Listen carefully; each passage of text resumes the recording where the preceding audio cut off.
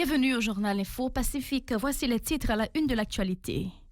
Les 15, 16 et 17 décembre décrétés jour de deuil national par le gouvernement en mémoire des victimes du drame du Cap-Haïtien. Les représentants de plusieurs secteurs ont exprimé leur indignation suite au drame de la Fossette au Cap-Haïtien. Ils accusent les dirigeants d'avoir banalisé la vie des citoyens. Des agents de la DCPJ ont procédé à l'arrestation de Catel Jeunesse, l'un des membres de G9 et alliés, lors d'une opération mardi à Cazaux, à Cité-Soleil, selon le porte-parole de la PNH, Gary Desrosiers. Concernant le dossier de Martissant, la police n'a pas baissé les bras, a tenté de rassurer l'inspecteur Desrosiers. Il appelle les autres acteurs à jouer leur partition dans le cadre de la lutte contre l'insécurité.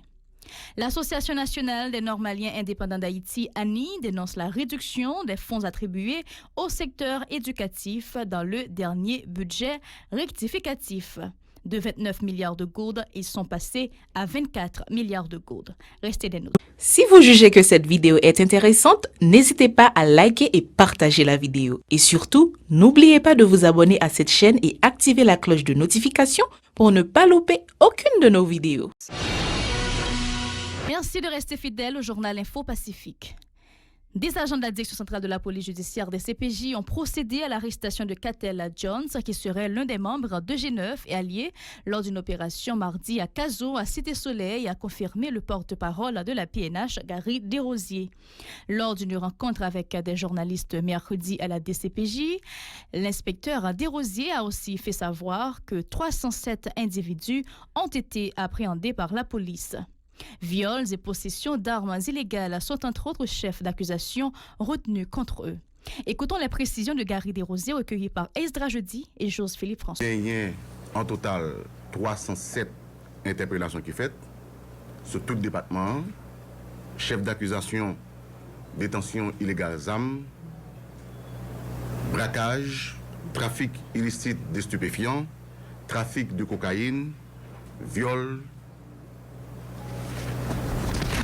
et attaque armée.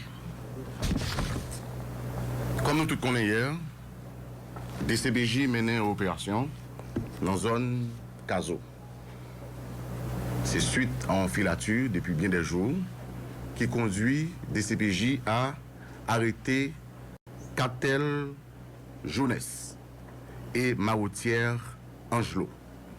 N'a noté Catel lui-même, son chef gang qui a opéré dans la zone Cité-Soleil, plus précisément Terre Noire, et Maroutière Angelo, c'est adjoint monsieur. Et tout qui était impliqué tout dans la mort qui était faite sur un policier Boyd en octobre 2017, côté que le policier a perdu la ville, qui c'est policier Jean Watson. Concernant la situation qui prévaut depuis des mois au quartier Martissant, le porte-parole a indiqué que la police n'a pas baissé les bras face aux agissements des bandes armées. Selon Gary Desrosiers, des véhicules blindés de la PNH patrouillent à l'entrée sud de la capitale, ajoutant que des échanges de tirs se font souvent entre les policiers et les caïds qui terrorisent les gens.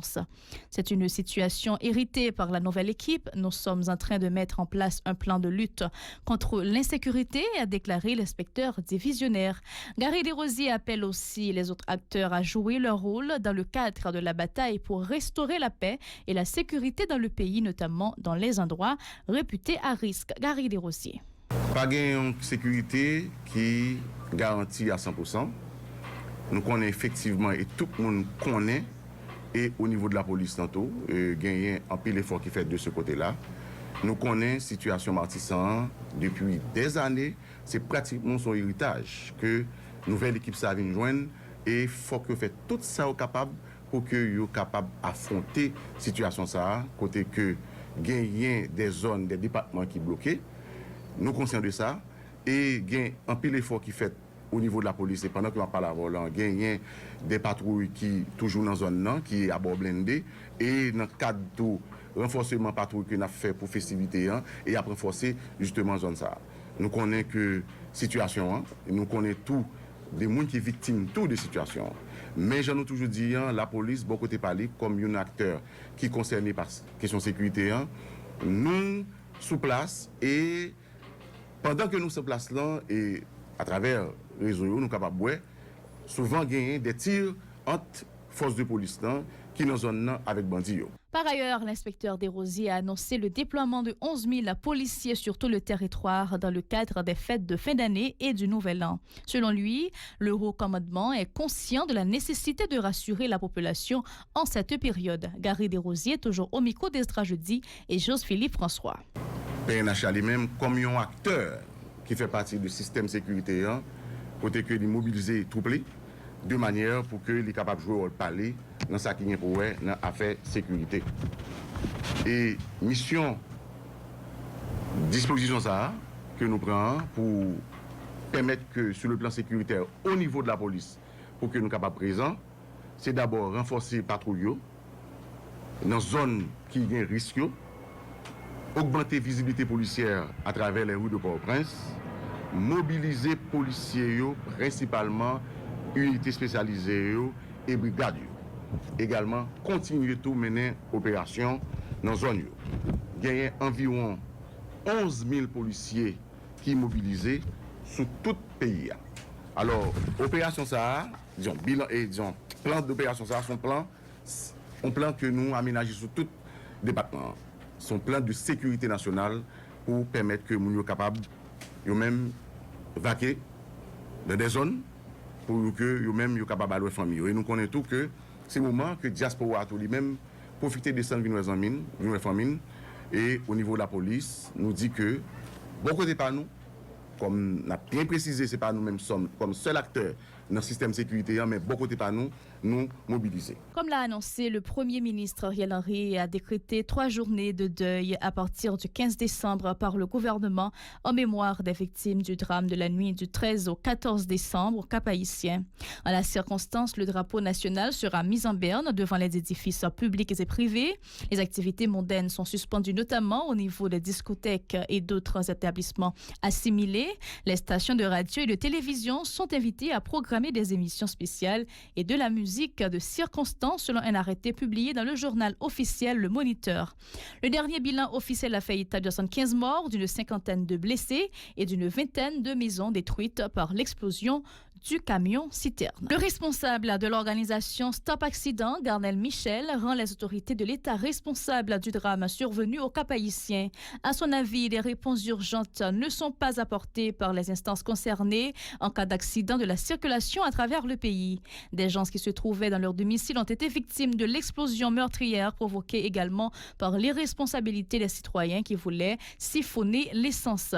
En dépit de la récurrence de ce type d'incident, les gens continuent de s'approprier du carburant sur des sites inappropriés, a fustigé le docteur Garnel Michel. Il était l'invité de Pacifique Matin. Vraiment quelqu'un depuis, même dans la gestion question, nous sommes de l'autre drame encore, parce que autorité, personne n'a qu'à dire combien de monde qui est victime, exactement. C'est-à-dire que, je veux dire, la personne n'a spéculé sur la quantité de monde qui mourit.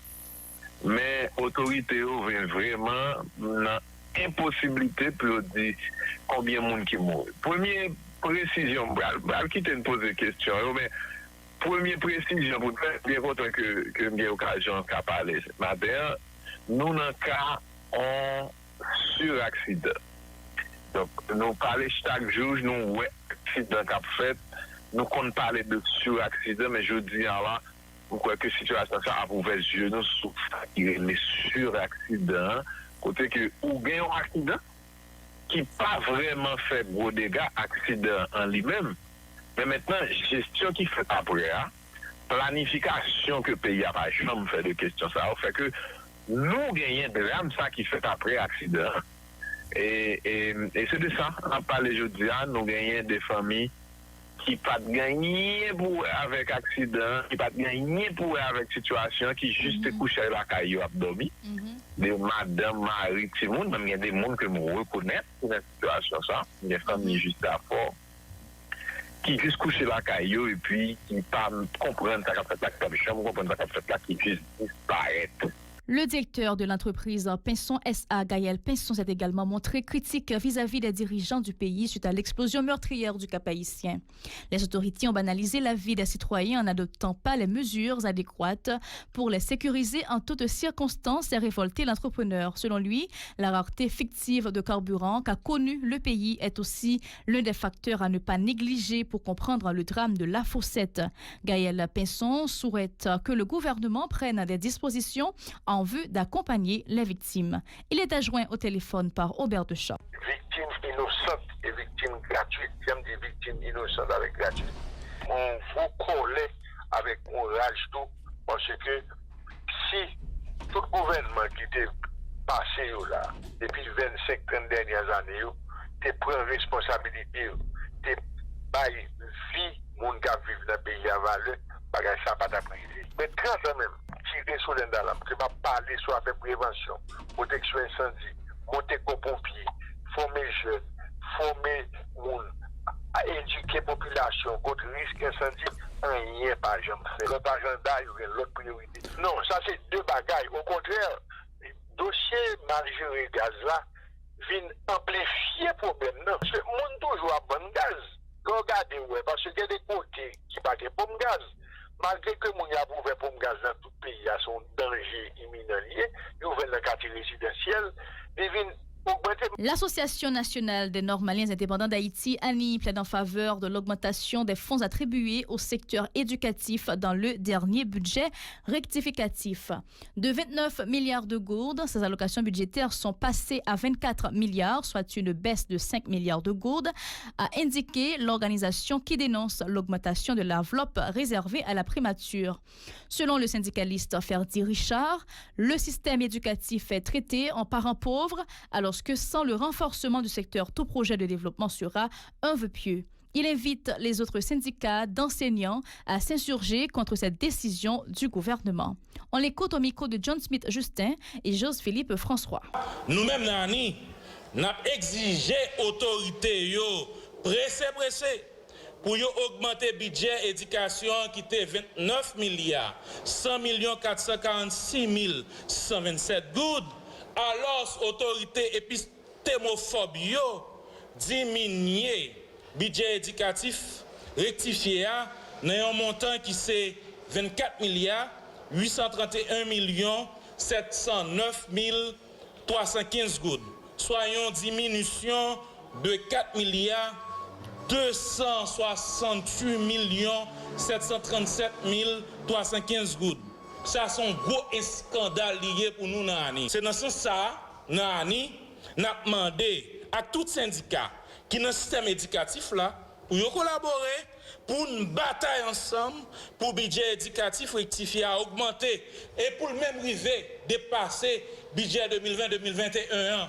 Parce que nous avons besoin d'un ensemble de moyens pour nous pousser l'école là, pour nous pousser l'éducation, pour nous valoriser les valeurs, pour nous-mêmes dans le pays, dans tout que nous y a, pour l'école de nous sortir là-dedans. De son côté, le syndicaliste Verdieu Jean Bélins invite le nouveau titulaire du ministère de l'Éducation nationale, Nesmi Maniga, à plancher sur les dossiers des stagiaires en attente de leur nette nomination. Il réclame en outre des cartes de débit et une police d'assurance pour les enseignants. Ces propos au micro de John Smith Justin et Jose-Philippe François. Nous continuons pour nous dire qu'il y a deux promotions qui ont déjà fait stage en lycée. Et ça fait plus passer 3 années depuis normalement ça a exigé nomination.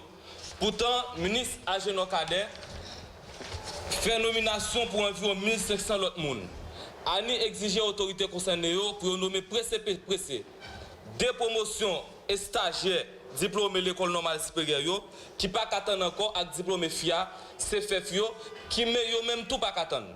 Nous pensons que c'est une simple formalité la loi et puis éthique pour répondre à besoin du système scolaire dans le pays par rapport à manque ça qui gagne dans le système.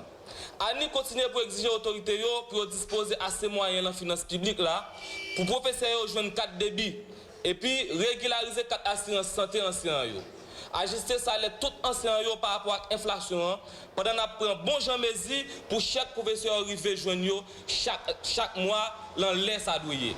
Là nous garder mauvais traitement enseignant à Sibi alors que c'est un métier qui demande un pile sacrifice avec effort, un pile formation avec moyens matériels pour un monde bien exercer. On exiger application d'un statut particulier pour agents et professionnels dans le secteur ça. Adoption d'une grille salariale avec un salaire de base dans un montant qui correspond à l'importance métier. Ça doit être fait dans le cadre d'une entente avec tout acteur pour ne pas avoir force côté. C'est ici que nous mettons fin au journal Info Pacifique. Bonne suite de programme.